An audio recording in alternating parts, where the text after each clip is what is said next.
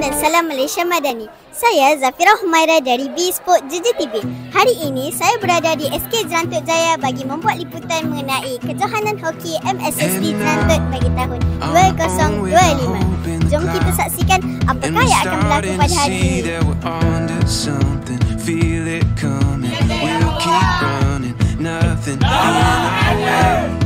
Kejohanan pada hari ini dimulakan dengan sekolah-sekolah menengah di daerah Jerantuk. Di belakang saya ini sedang berlangsungnya perlawanan antara SMK Damak dan SMK Jerantuk.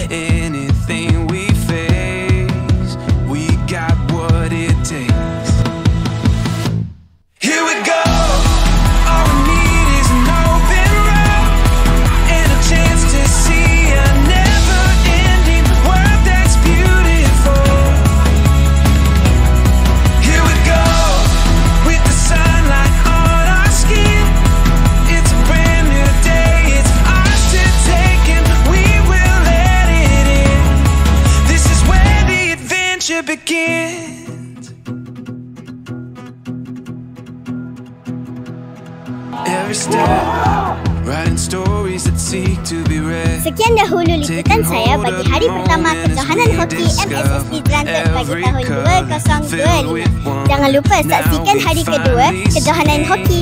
Dari saya Zafira Humaira dari B-Sport JJTV.